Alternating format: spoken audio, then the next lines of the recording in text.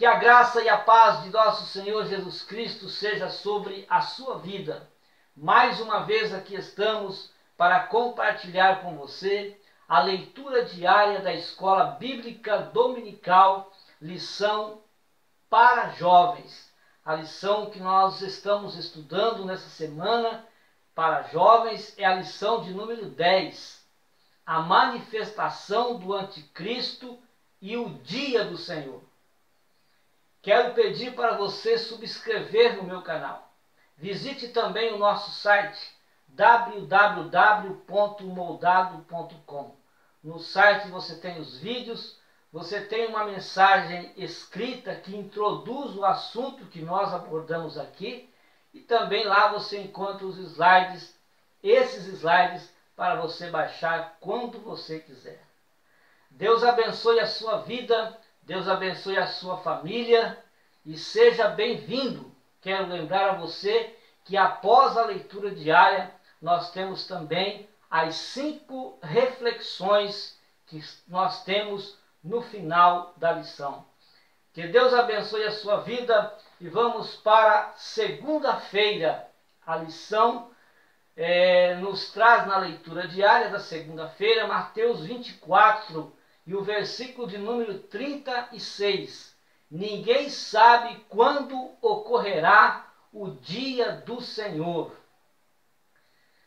Mateus 24, 36 a 44 declara: daquele dia e hora, disse Jesus, porém ninguém sabe, nem os anjos que estão no céu, nem o Filho, senão o Pai. Vigiai, pois, porque não sabeis em que dia vem o vosso Senhor. Por isso ficai também vós apercebidos, porque numa hora em que não penseis, virá o Filho do Homem. Então, à primeira vista, esses versículos parecem fornecer uma resposta clara, uma resposta explícita quanto a essa questão, quando Jesus virá.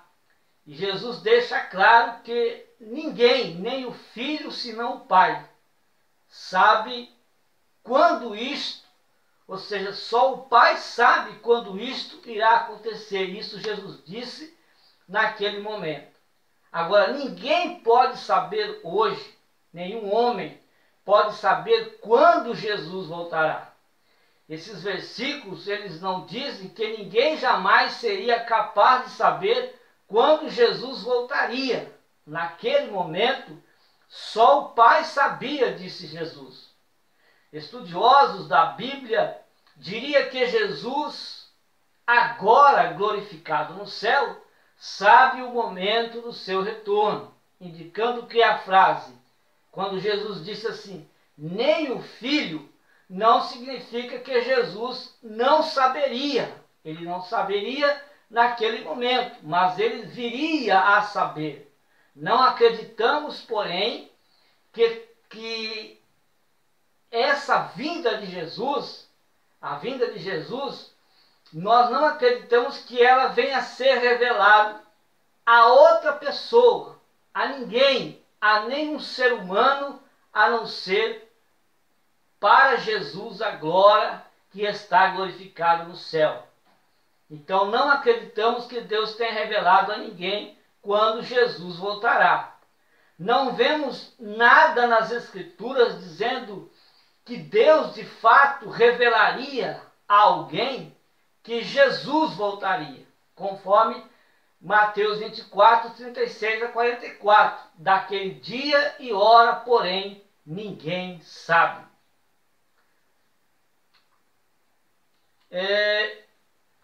Arrebatamento e segunda vinda. Qual a diferença de arrebatamento e segunda vinda? Sabemos que Jesus veio a primeira vez nessa terra, e quando ele veio como filho do homem, e ele foi chamado o Nazareno. Quando Jesus vier arrebatar a sua igreja, ele virá como Cristo, o ungido de Deus. E na segunda vinda, que nós chamamos a segunda fase da vinda de Jesus, quando ele virá para o povo de Israel, socorrer o povo de Israel, que estará sendo derrotado pelo anticristo e seus aliados, Jesus virá então como o Messias, como o rei, para implantar o milênio e governar, fazer um governo teocrático, o governo de Deus na terra. Mas nós temos uma outra afirmação sobre que ninguém sabe o dia que Jesus voltará. Atos capítulo 1 e o versículo 7 e o versículo 8, Jesus está respondendo aos discípulos uma questão política, porque os discípulos perguntaram a Jesus quando ele restauraria, quando ele viria restaurar o reino a Israel. E Jesus então diz: a vós não vos compete saber, ou seja, vocês não vão saber. Então aqui é mais uma resposta de que o ser humano não sabe nem do arrebatamento da igreja, nem sobre a vinda de Jesus. Então, a vós não vos compete saber os tempos ou as épocas que o Pai reservou pelo seu próprio poder. Isso foi dito por Jesus depois de os discípulos perguntarem-lhe se era naquele tempo que ele restauraria Israel. Então isso parece confirmar a mensagem de Jesus no capítulo 24, quando Jesus disse: daquele dia e hora ninguém sabe. Não é para sabermos o momento, o retorno de Jesus. Entretanto, há também a questão de qual retorno essas passagens estavam se referindo. Estava se referindo ao arrebatamento da igreja, ou estava se referindo no final da grande tribulação, quando Jesus virá então com os anjos e a igreja para salvar o povo de Israel, que clamará pelo Messias e o reconhecerá que ele é o Filho de Deus. Então, entretanto, há também essa questão. Estão falando do arrebatamento ou estão falando da segunda vinda? Embora o arrebatamento seja apresentado como sendo iminente, como sendo um mistério, e o apóstolo Paulo disse: eis aqui vos digo um mistério, ele falando sobre o arrebatamento. Então o momento da segunda vinda talvez possa ser conhecido com base na profecia do fim dos tempos, ou seja, quando Jesus vir para salvar o povo de Israel juntamente com os anjos e a igreja, ali estará se iniciando então o final dos tempos. A vinda de Jesus para o remanescente Israel no fim dos 7 anos da grande tribulação, então é o início do final dos tempos.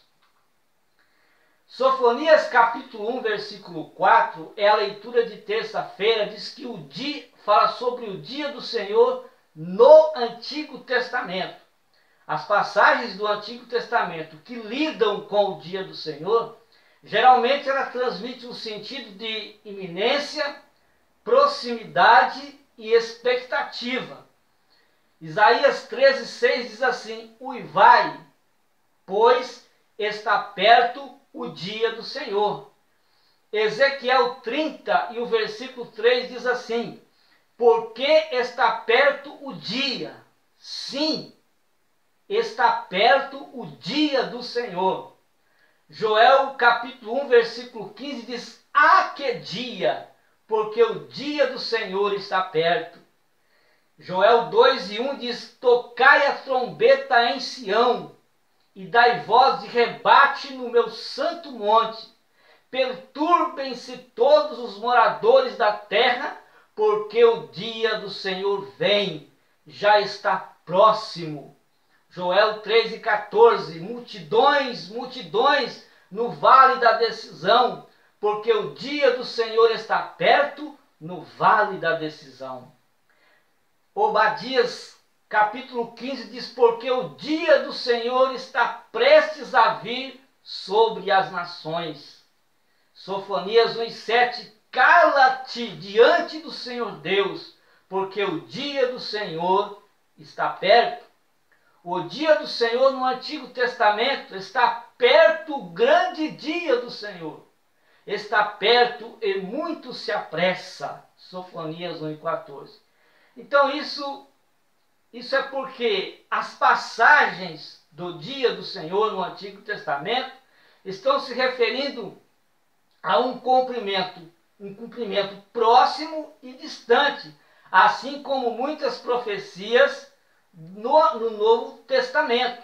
Há exemplos no Antigo Testamento onde o dia do Senhor é usado para descrever julgamentos históricos que já foram cumpridos em pelo menos uma forma. Então, quando nós falamos que o cumprimento é próximo e distante, são os cumprimentos históricos, que era chamado também o dia do Senhor. Então, esses cumprimentos históricos já se cumpriram no Antigo Testamento, já se cumpriram no Novo Testamento. Agora, outros julgamentos, outros cumprimentos, como o julgamento divino, ainda vão acontecer. Então, já aconteceram alguns e ainda outros vão acontecer no final dos tempos, e quantos outros já estão acontecendo nos nossos dias. Então, o dia do Senhor, ele se refere a um cumprimento próximo e distante, por isso, cumprimentos históricos e cumprimentos divinos. Os históricos, a maioria já aconteceram e estão ainda por acontecer alguns cumprimentos históricos. Os divinos também já aconteceram, estão acontecendo na nova aliança e vão continuar acontecendo no final dos tempos. 2 de Pedro 2:1, o antigo perigo das heresias. É a leitura de quarta-feira. Então, o estudo apologético capacita-nos não apenas a discernir os ensinos heréticos das seitas e de outras religiões. Quando nós estudamos apologia nas religiões, nós também isso vai nos ajudar a evitar os desvios da doutrina cristã e o surgimento de ideias estranhas ou contrárias ao conteúdo, ao que está escrito, o que está dentro das Sagradas Escrituras. Entendemos por heresia todo ensino ou todo costume que diverge daqueles que estão embasados na palavra de Deus.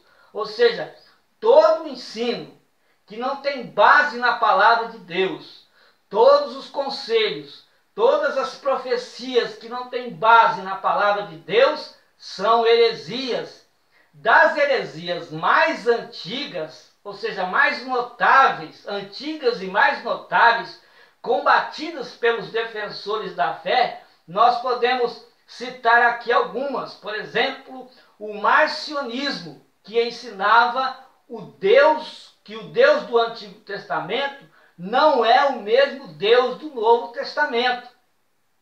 O arianismo, que negava a divindade do Senhor Jesus Cristo.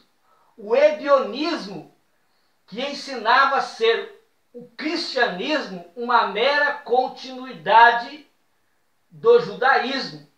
E o binitarianismo, que se referia à Trindade, mas apenas por duas pessoas, o Pai e o Filho.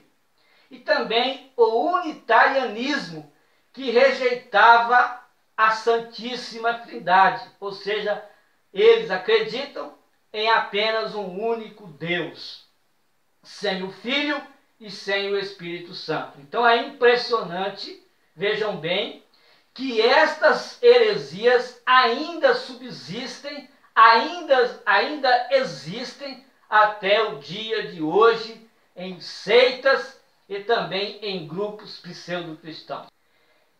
Em Efésios capítulo 4, e o versículo 14, Paulo disse: não mais sejamos como meninos agitados de um lado para o outro e levados ao redor por todo vento de doutrina, pela artimanha dos homens, pela astúcia com que induzem ao erro.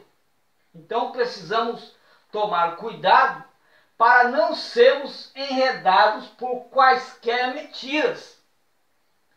Corremos o risco de aceitar um pensamento, corremos o risco de aceitar um conceito que não sejam bíblicos. Até mesmo o óleo ungido, o copo com água ungido, o lenço ungido, a chave do carro ungida, o tapete do sal, a fogueira santa, enfim, tudo isso que acontece, leva-nos a nós nos desviarmos da nossa pura fé no Evangelho verdadeiro que pregou o nosso Senhor Jesus Cristo. Uma invenção nova pode tomar o lugar da verdadeira sã doutrina. Isso são inovações, isso são invenções, isso são pensamentos do homem, são estratégias que eles usam para trazer os incautos, para trazer aqueles que não estudam a palavra de Deus, para trazer aqueles que não meditam na palavra de Deus, para trazer as pessoas que não leem a Bíblia Sagrada. Então, precisamos estudar para nós não cairmos nessas artimanhas, nessas estratégias, nessas ciladas que estão sendo pregadas, que estão sendo ensinadas, que estão sendo divulgadas por falsos profetas. Jesus advertiu: vede que ninguém vos engane, porque muitos virão em meu nome. Paulo foi rigoroso quando ele denunciou esses falsos mestres que se levantam na igreja para ensinar essas falsas doutrinas. Ele considerou esses homens como desviados, mentirosos e insubordinados. João escreveu que o espírito do anticristo estão onde? No meio dos crentes. E que não se deve dar crédito a qualquer espírito, mas que deve ser provado. As profecias devem ser provadas, as mensagens devem ser provadas, os conselhos devem ser provados, os ensinos devem ser provados, porque tudo isso deve ter base na palavra de Deus, pura e verdadeira, no verdadeiro evangelho que Jesus Cristo pregou e ensinou e deixou para que a igreja também faça isso. 2 Tessalonicenses 2:10 diz que o anticristo vem com a operação do engano. Então o anticristo ele vem com esta operação para enganar. O anticristo ele é o oposto de Cristo. Assim como Cristo veio à terra para fazer a vontade de Deus, o anticristo virá para fazer a vontade de Satanás. Satanás vai se manifestar na forma de um homem para enganar as pessoas. Toda a ambição de Satanás é ser como Deus, em poder, em força. Então ele trabalha com toda a sua força noite e dia, porque ele quer ser como Deus. Veja 2 Tessalonicenses 2:4, que se opõe e se exalta acima de tudo que se chama Deus, ou se adora, de modo que se assentará como Deus no templo de Deus, mostrando-se que ele é Deus. A intenção de Satanás é substituir Deus. Então ele vai fazer o quê? Ele vai enviar o anticristo como um meio para fazer isso. O anticristo vai negar a necessidade da humanidade por Deus, ou seja, vai dizer aos homens que os homens não precisam de Deus.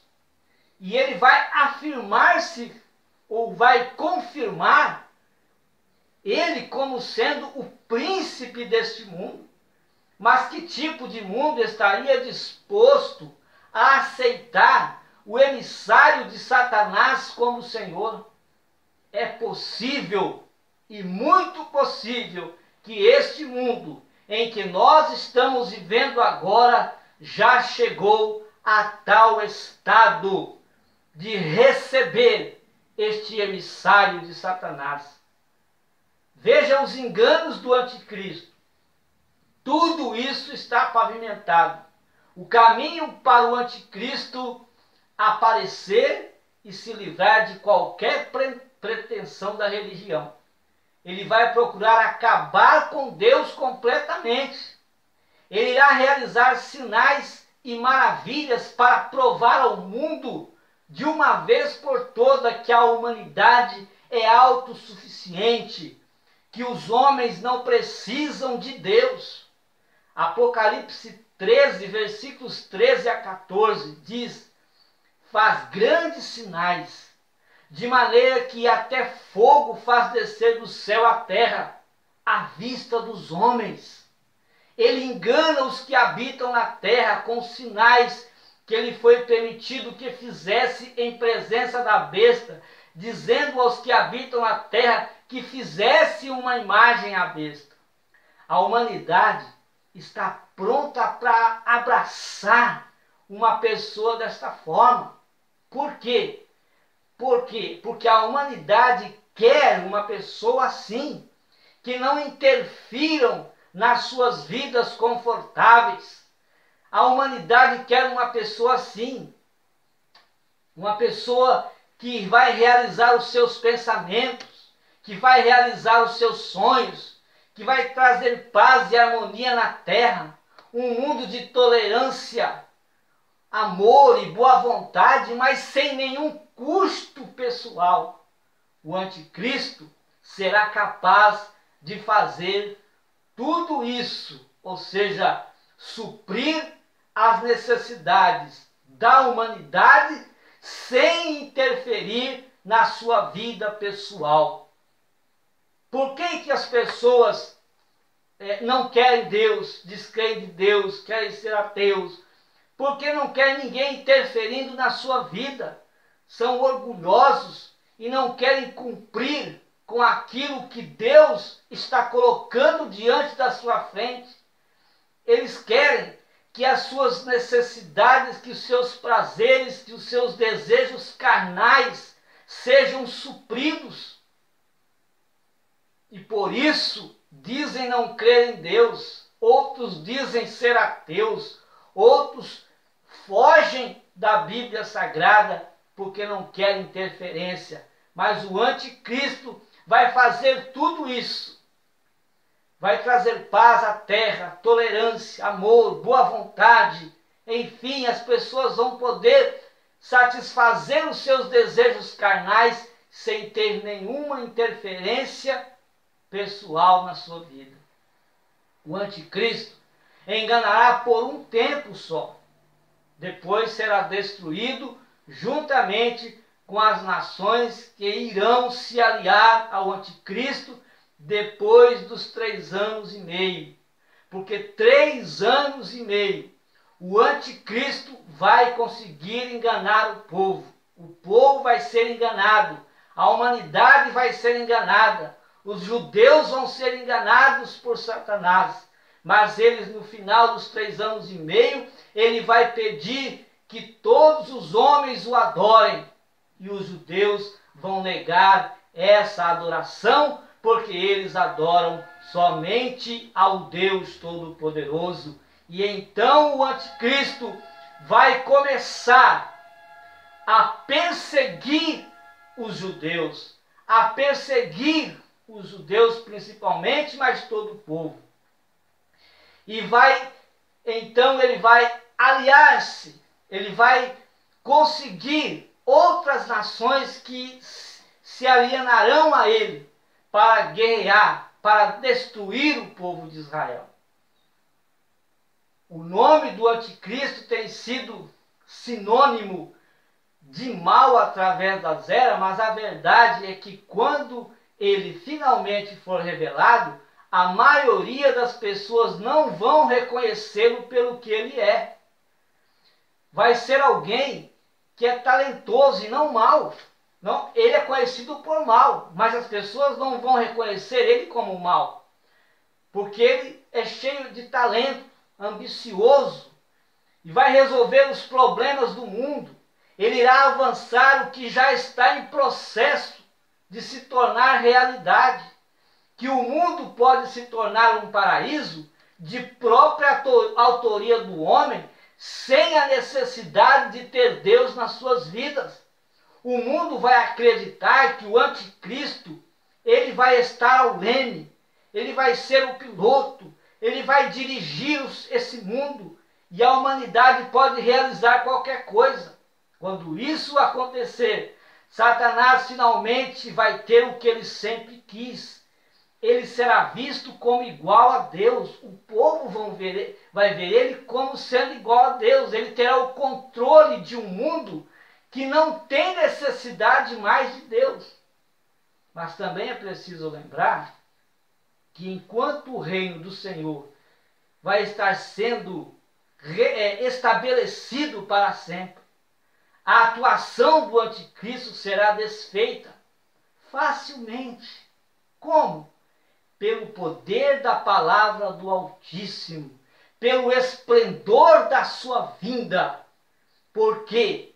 Porque eles vão derrotar o povo de Israel, vão conseguir derrotar, mas o remanescente que estará lá lutando contra o anticristo e as nações aliadas, eles vão clamar por socorro, eles vão clamar pelo Messias, e Jesus então virá com os anjos e a igreja glorificada, e então dará vitória ao povo de Israel, matando e destruindo todos os seus inimigos, e então Jesus vai estabelecer o milênio sobre a terra, o seu governo teocrático, o governo, os 1000 anos de paz. Apocalipse 13:6 diz assim: mas ele abriu a boca em blasfêmias contra Deus, para blasfemar do seu nome e seu tabernáculo aqueles que habitam no céu.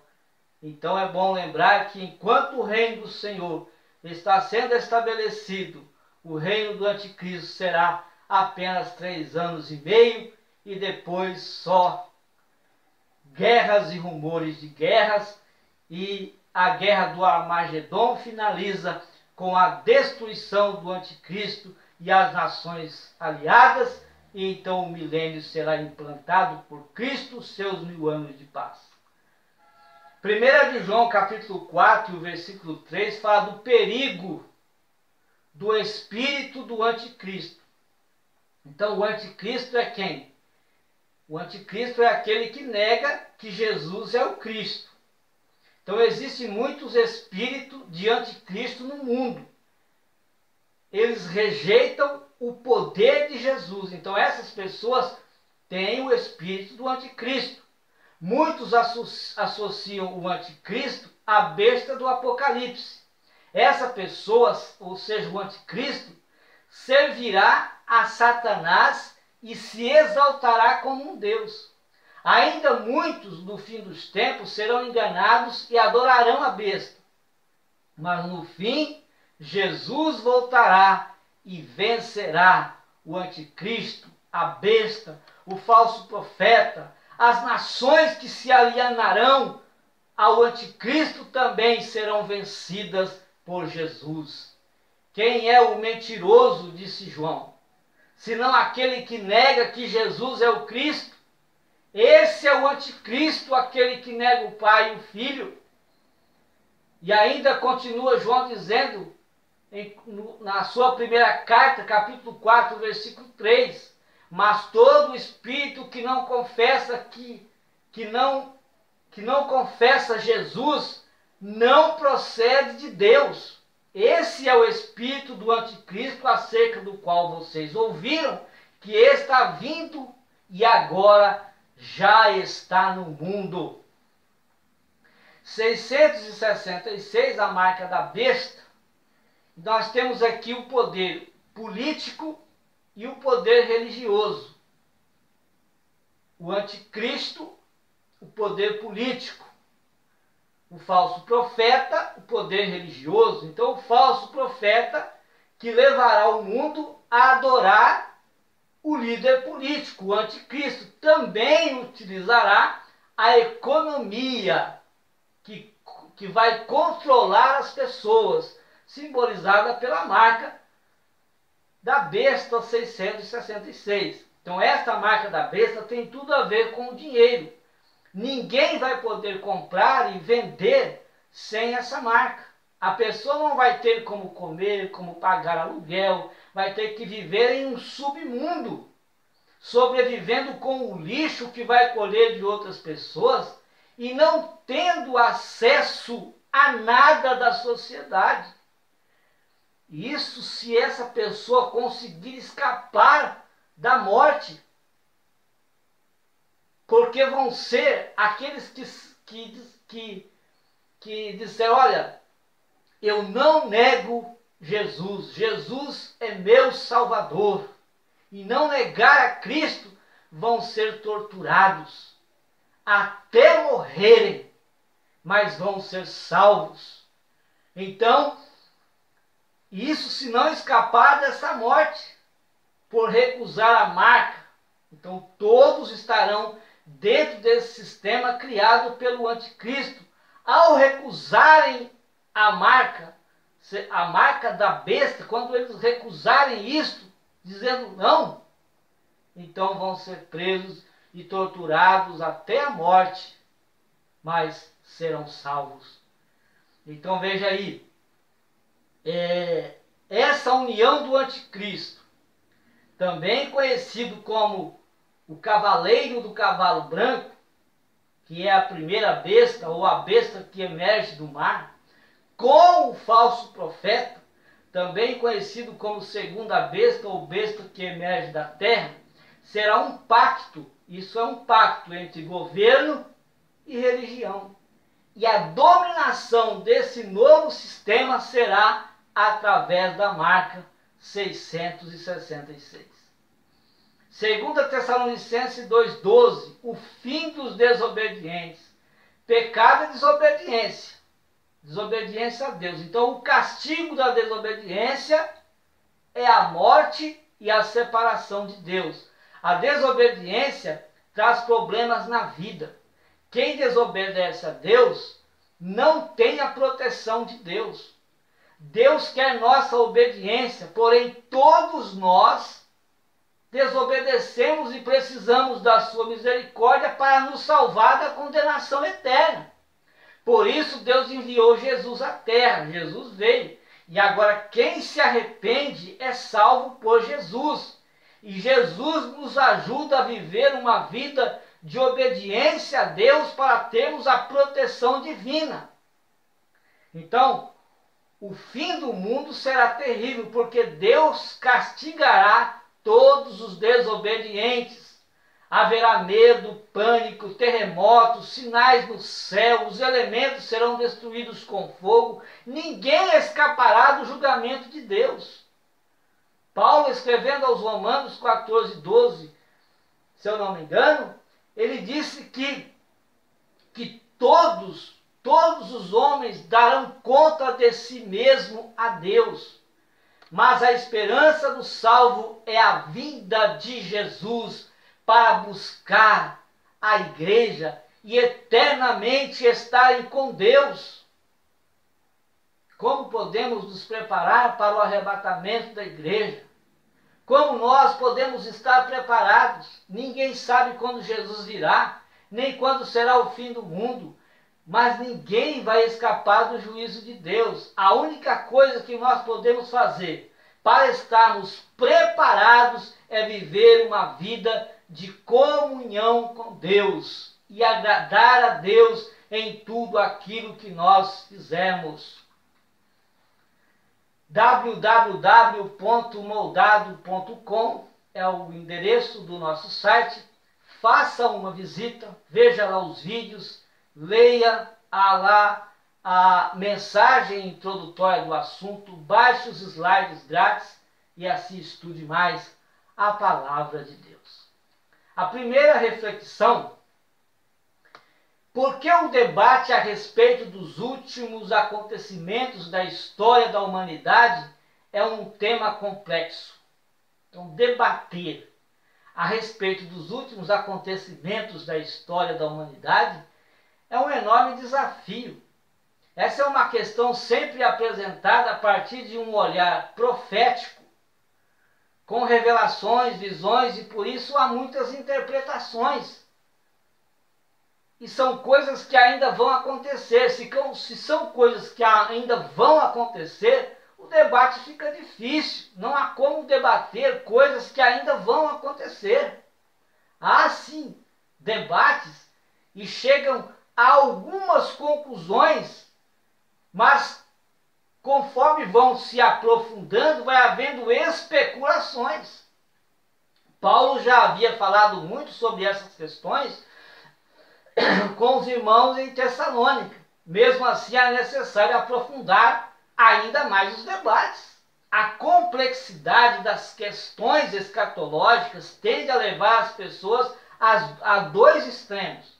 Ou a pessoa se afasta por completo do ensino, e muitos se afastam até da igreja, por meio do qual alguns evitam todo e qualquer debate, alegando ser um tema profundo e de difícil tratamento. Outros, por sua vez, vivem fascinados por esse ensino, e são tão fascinados e se aprofundam tanto que até elegem um Deus para si. Essas pessoas que se aprofundam tanto veem os acontecimentos, qualquer acontecimento de repercussão mundial, para ele é um cumprimento profético. Então devemos procurar uma postura moderada, uma postura equilibrada, especialmente centrada na palavra de Deus. Na segunda reflexão, quais as principais características do anticristo conforme em 2 Tessalonicenses? Então aqui ele será um plagiador, ou seja, ele vai plagiar tudo o que Cristo realizou, tudo o que Cristo fez, né? Em uma encarnação ele será um plagiador de tudo que Cristo realiza, em uma encarnação da maldade de um tempo. Agora João também fala de algumas características do anticristo. Não confessa Jesus, nega que Jesus é o Cristo, nega o Pai e o Filho, não confessa que Jesus Cristo veio em carne. A Bíblia não diz nada específico sobre de onde o anticristo vai surgir. Muitos estudiosos bíblicos especulam que ele virá de uma confederação de 10 nações ou de um império romano renascido. Outros o veem como um judeu, já que ele teria que ser um judeu para clamar, para chamar e ser o Messias. Tudo é especulação. A Bíblia não diz especificamente, né, qual a sua raça, né, ou de onde ele virá. A Bíblia não diz nada disso. Agora, por que não devemos temer o dia do Senhor? Porque ele será um tempo de juízo e justiça sobre os ímpios e não para os santos.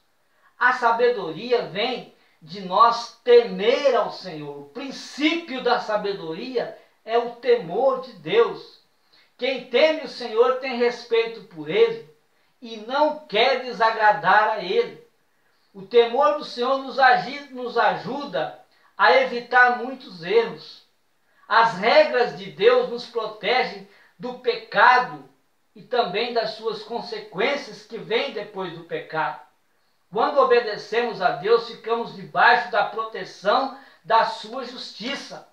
O temor do Senhor também nos ensina a arrepender e a pedir perdão dos nossos pecados, Por isso, quem teme ao Senhor não precisa ter temor do dia do Senhor. Ou seja, precisa ter medo do dia do Senhor, mas deve temer, deve respeitar, deve honrar o Senhor como Deus Todo-Poderoso. Em que medida podemos identificar em nossa sociedade a operação do espírito do anticristo? Através de ataques em todas as áreas, como nós estamos vendo, nas áreas sociais, nas áreas educacionais principalmente, nas áreas políticas especialmente também, e em outras áreas. Agora, e de supostas igrejas também que tentam justificar tais práticas. O anticristo, segundo Jesus ensina, é só você ler Marcos 4, Lucas 13, Mateus 24. Em Mateus 24, os discípulos questionam Jesus sobre a destruição de Jerusalém, a vinda de Cristo e o fim dos tempos. Jesus profetizou sobre os falsos profetas, sobre os falsos cristos, que viriam para substituir Cristo. Então, esses viriam como o espírito do anticristo, que no grego, ou seja, no lugar de Cristo. Em nossos tempos, nós estamos vendo aí, e estamos vivendo, né, e vendo o crescimento do islamismo. Foi uma religião adormecida, mas que está entrando em países que já tiveram a maioria cristã. Países que já foram capital do cristianismo, que foram o berço de grandes homens e mulheres de Deus, passam hoje por um intenso esfriamento espiritual. São coisas difíceis de entender, a não ser quando nós lemos a Bíblia. Aí nós entendemos que nos últimos dias a fé de muitos esfriarão. A Europa, o berço da reforma protestante, hoje se caracteriza também por um continente pós-cristão. O espírito do anticristo no mundo e no meio dos crentes. Então, esse processo de sujeição não se dá por meio das armas de guerra. Pelo contrário, cumpre-se de maneira moderna, de maneira elegante, de modo que as pessoas se submetem aos desejos criados por uma mídia inspirada por Satanás, e de uma forma voluntária ainda. Não precisamos culpar a mídia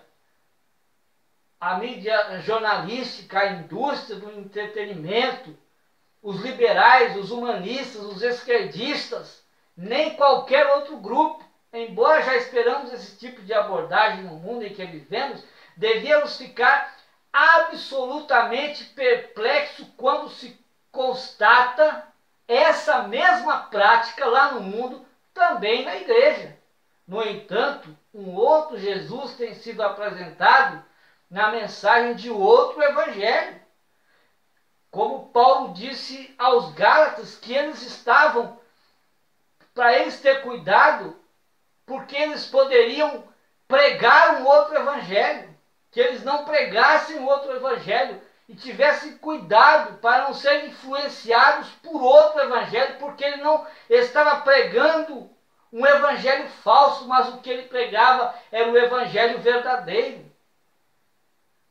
Então, mas nós temos visto isso acontecer, um outro Jesus, um outro evangelho, pelo poder de um falso espírito em muitas igrejas. E através dessas, o pior é que as pessoas estão gostando disso. Mas por que as pessoas adoram, gostam e amam essas coisas? Porque não leem a Bíblia, porque não estudam a palavra de Deus.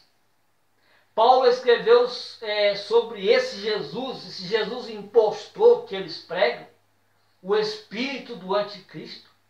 Mas receio que, assim como a serpente enganou Eva com sua astúcia, assim também seja corrompida a vossa mente e se aparte da simplicidade e pureza devidas a Cristo, porque os tais falsos apóstolos, obreiros fraudulentos, transformando-se em apóstolos de Cristo, E não é de admirar, disse Paulo, porque o próprio Satanás se transforma em anjo de luz. Não é muito, pois, que os seus próprios ministros também se transformem em ministros de justiça, e o fim deles será conforme as suas obras. Segunda carta de Paulo aos Coríntios, capítulo 11, versículo 3 e também versículos de 13 a 15. Qual a relevância do estudo sobre as últimas coisas para a igreja contemporânea? Qual a importância disso? Por que é importante nós estudarmos escatologia? Por que é importante nós estudar esse assunto das últimas coisas, mas baseados no que está escrito na palavra de Deus, sem especulações e sem exageros? Porque é um tema sempre atual, complexo, que precisa ser esclarecido para nós evitarmos as heresias. É difícil ver um crente que estuda essa doutrina, que não consagre mais a sua vida a Deus. O estudo dessa maravilhosa doutrina leva o crente a muitas atitudes necessárias na atualidade, como, por exemplo, seriedade com as coisas espirituais, afastamento de um estilo de vida duvidoso para ele mesmo, ardor missionário e evangelístico que vem sobre o seu coração, aumento do amor pelos parentes e pelos amigos que ainda não são crentes, para que eles sejam salvos e que se livrem da condenação eterna, profundo respeito a Deus, a sua palavra, a doutrina das últimas coisas é forte e é também impressionante. Ela produz interesse profundo em quem se aproxima dela. O crente sentirá gozo pelas profecias das últimas coisas. Agora, nós temos desafios e cuidados com a vida de santificação e também vigilância com ensinos heréticos. Reconhecer com sinceridade que há pontos que não há explicações bíblicas. Então nós precisamos reconhecer isso, que tem pontos na Bíblia que não há como se explicar. Mas alguns estudiosos bíblicos tentam explicar o inexplicável. Há respostas que o Senhor não deixou claramente reveladas e que o homem não chegou a uma compreensão definitiva. Desse modo, devemos aceitar tais pontos pela fé em Deus, que soberanamente possui autoridades justas e motivo que somente a Ele pertence, mas não responder a tudo que o homem deseja. Não, responder aquilo que tem base na palavra de Deus, não aquilo que o homem quer e não tem base, mas o homem está querendo respostas. E quando nós procuramos dar resposta a todos esses assuntos, nós acabamos por entrar por especulações, coisas que nós não sabemos, coisas que não há explicações. Então devemos compreender que os livros escatológicos de Apocalipse, Daniel e outros livros foram deixados pelo Senhor com o propósito de crermos nas profecias e não apenas para oferecer respostas para a humanidade. Evitar a tendência de fixar datas para cumprimentos das profecias bíblicas. Existem pessoas que ficam fazendo contas para ver que dia que Jesus vai voltar, para ver que mês, que ano, qual a data, qual o tempo, qual a estação que Jesus vai vir. Evitar tudo isso. Evitar teorias humanas. Elas são apenas raciocínios. Devemos entender que toda a Bíblia ela já possui uma linguagem própria. Esta compreensão da Bíblia com a sua linguagem própria nos ajuda a entender os vários símbolos e as alegorias usadas na linguagem escatológica. Finalmente, devemos crer em toda a Escritura como ela é. A Bíblia é a palavra de Deus e isso deve ser suficiente para o crente que estuda escatologia. A fé do crente ela está baseada na inerrância das Escrituras e no fato que Deus é a verdade a qual nós devemos seguir, a qual nós devemos então colocar a nossa fé e aguardar o Cristo ungido de Deus, que virá para levar a sua igreja. Deus ricamente possa abençoar a sua vida, abençoar a sua família. E não se esqueça, domingo, esteja na escola dominical, aprenda mais e mais da palavra de Deus, que vai ser bênção para a sua vida a cada dia. Deus te abençoe e até a próxima leitura diária da Escola Bíblica Dominical, lição para jovens.